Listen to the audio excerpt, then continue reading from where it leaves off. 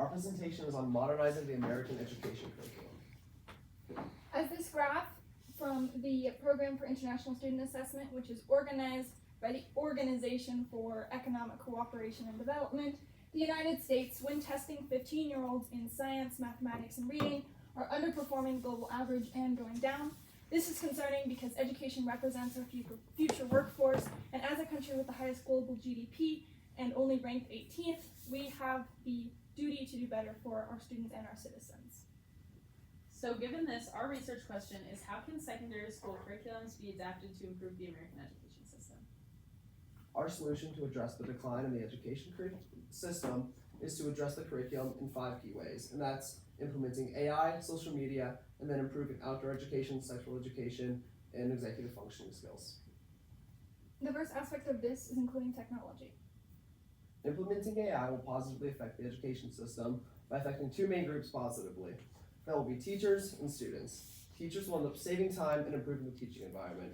PhD researcher Panaswar Limna says that in mixed ability classrooms, AI can be highly effective by providing detailed and timely feedback, which relieves teachers of burdens.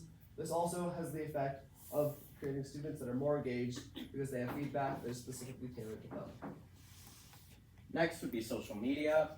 This quote from Nicholas C. Berlis, a professor at the University of Illinois, states that social media is being used widely by students and teachers in various educational relevant ways, mostly being used as a teaching resource. This means social media is being used by the teachers as a resource to help their students benefit. However, at the same time, this graph that was taken in 2023 by Andrew Lepp, a professor who studies media use between young people, shows that the more a student spends on social media, the more their positive effect scores go down, meaning social media can be harmful if we don't monitor it.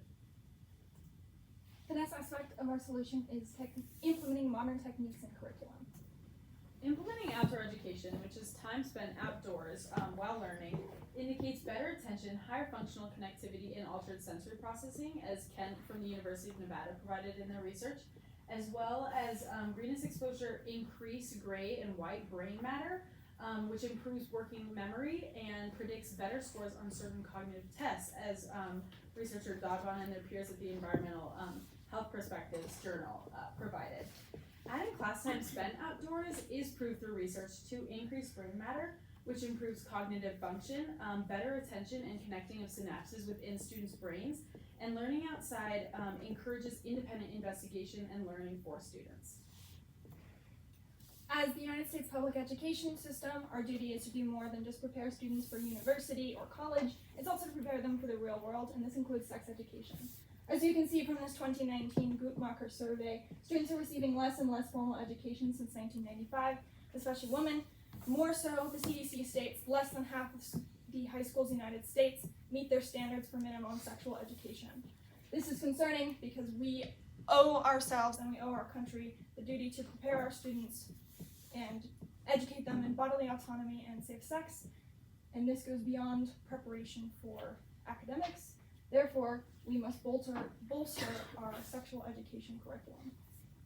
Executive functioning skills are a set of mental processes that show cognitive ability to reach a goal. They're broken up into 3 categories: working memory, cognitive flexibility, and inhibition control. Each of these categories have skills that are necessary for academic success. 3 educational psychology professors at Baylor University did a research study on the elective class AVID and its ability to teach executive functioning skills. They found that when teachers provided students with the opportunities to think, reflect, and question, they actively participated in their learning and were able to develop a wide range of cognitive processes. So this shows that teaching executive functioning skills not only allows for the building of those skills and cognitive processes, but also allows for increased student accountability. A great way to teach executive functioning skills is through elective classes such as AVID because it fits into the nature of the class perfectly. So there are a couple limitations to our solution, however. One of these being that the general school community, like teachers, students, and their families, as well as other schools in the area, like private or charter schools, might disagree with new additions to the to the curriculum, and this could cause conflicts in teaching, which could further cause inconsistencies in testing scores or development levels within students. There's also the limitation of cost. You would need a lot of extra funding, and costs are already so limited in the education system, which leads into the implication that you need increased funding to put in changes like our solution involves to pay for classes, supplies, and teaching programs like training leaders in the education system on how to teach new class types to prevent technology abuse, like using AI improperly or social media improperly, and teaching new classes like extracurriculars, outdoor education, or sex ed. We had also considered a few alternative solutions. Our first alternative solution would be student choice, basically allowing students to take control over what they want to learn instead of being forced into classes that they aren't as interested in, and which would allow for personalized pacing. Some pros for this would be choice in learning materials. Students wouldn't be forced to just sit there and learn a class that they aren't interested in. They can choose a class that they're interested in, and in this class they'd be able to use technology as a tool, using AI and social media to help them succeed. And some cons though would be lack of accountability. Some students would use personalized pacing to their advantage, saying they need more time when they really don't, they just want to put off the work. At the same time, they'd use technology in an inappropriate way, using AI to do the work for them, or using social media to look up the answers. And lack of taking the easy way out. They take classes based on how easy they are instead of what they genuinely want to learn, so they don't have to put much effort into it. And finally, this would overall just be complex due to the fact that we'd give them so much freedom and we'd have to hope that they hold themselves accountable. So limitation, previously stated, students would take the easier way out. They'd take classes based on ease instead of what they are generally interested in learning. Learning pace, due to the fact that each student learns at different pacing. Some student may understand the material a lot quicker than others. And trust, we'd have to trust that our students aren't using just using technology in general in an inappropriate way. Due to this, we need to make sure we monitor our students more, making sure we're holding them accountable for what they are actually learning, and more lenient deadlines due to the fact that they have personalized pacing. The solution isn't as good because it's giving the students too much freedom. Another alternate solution we considered was year-round schooling. This graph compares traditional schooling to different year-round schooling models. The most common year-round schooling model is 60 days of instruction with 20 days of breaks. This eliminates summer slide. Summer slide shows a decrease in test results from a long summer vacation. Year-round schooling also allows for more blocks, which allows for more classes. That's one of our biggest pros. More classes allows for more diverse curriculum, which allows for more learning. Decreased burnout would also happen from year-round schooling because the amount of time that students are learning is shorter and they have more frequent breaks, so they're able to actually focus when they are in school. Low-income students also receive more support through year-round schooling because they have free and reduced lunch and other support systems more frequently. Test scores, California schools that have switched to year-round schooling saw an increase in SAT and other standardized test scores from switching to year-round schooling. Some cons that's pretty specific to one learning style. Also, extracurricular scheduling such as outside of school sports and summer camps would be virtually impossible with year-round schooling models. It would cost a lot of money and a lot of resources for us to switch to year-round schooling, and there would be testing discontinuity because in the summer there's no standardized testing. Some limitations of this would be cost, which needs funding. Also, schedules wouldn't always align, so we need to change that schedule, which takes a lot of time. Also, not all students and families would be compliant of year-round schooling, which is why our solution is more optional because it directly impacts the curriculum where this solution does not. So again, to reiterate our solution, we're going to improve the education system by focusing on 5 factors. That's implementing AI, social media, and improving outdoor education, central education, and executive functioning skills. These are our citations.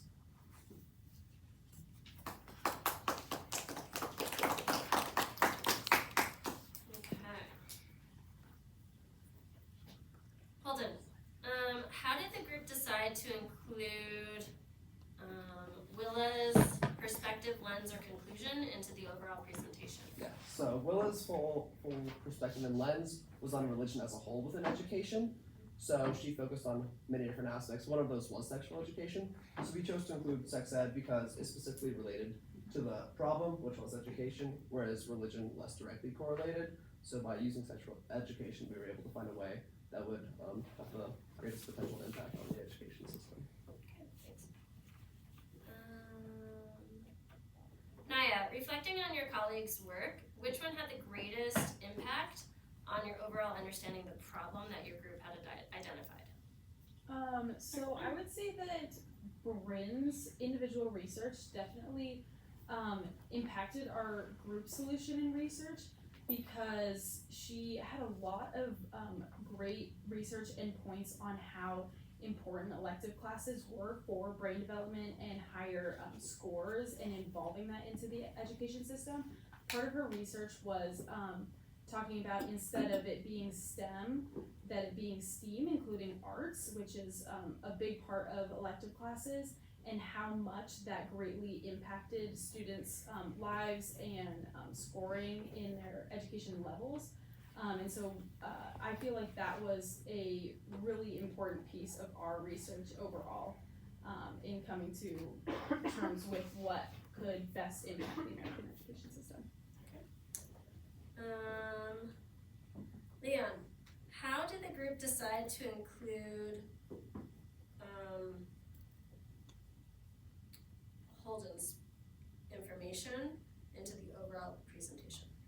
So my lens, or my overall thing was social media, which was technology. Holden's also, which was AI, was also technology. So we decided to include the fact that how helpful AI is.